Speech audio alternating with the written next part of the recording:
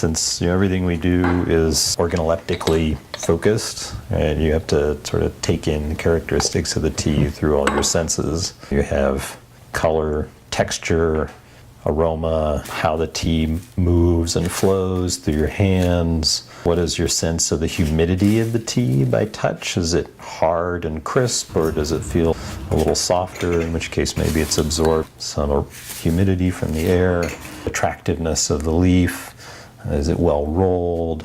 Does it have a nice polish? Is there a good distribution of tender tips in the tea? Are there any inappropriate broken pieces that might be in the grade?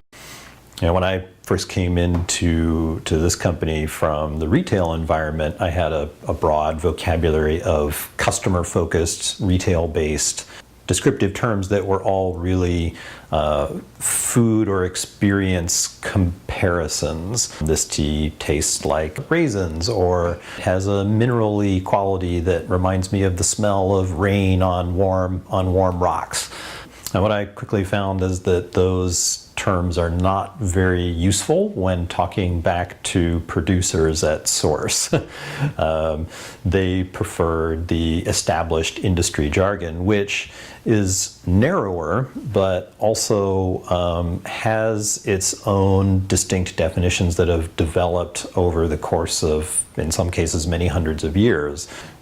Body has, for us, a very strict definition. Body is a simple term which simply refers to the viscosity of the liquid. Is it thick or is it thin? So, for example, a fluid that had a full body to it would be very thick and viscous, like full-fat milk. Conversely, a light-bodied tea would have a very thin and light viscosity, similar to, say, non-fat milk. Astringency is a term that refers to the sensation of briskness or dryness, that dry, puckery sensation of the tongue and gums. Finish is a broader term that can encompass a number of different types of sensations, both aromatic, flavor, as well as palate sensation.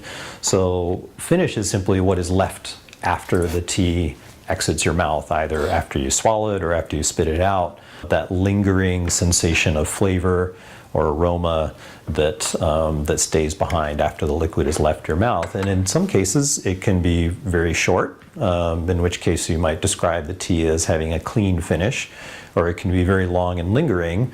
And a classic example of that is some of the fine Taiwanese oolongs, which have a very distinctive sweetness which only blossoms a minute or two after you have actually swallowed the tea. Mouthfeel is, of course, anything that you would feel in your mouth, and that includes tongue, gums, inner cheeks, and so that could be aspects of astringency, aspects of palate sensation, things like briskness, or sometimes certain teas will have a certain texture. White teas are famous for having a kind of a velvety texture to them.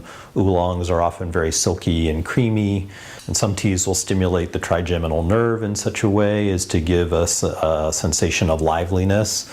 So all of these are different sensations, but they are all happening in the mouth and on the palate. So they're all different manifestations of mouthfeel. So body, astringency, briskness, colory, flavory, various leaf grades, BOP, FOB, TG, FOP, these highly technical industry terms which have quite a bit of variation from one producing origin to the next.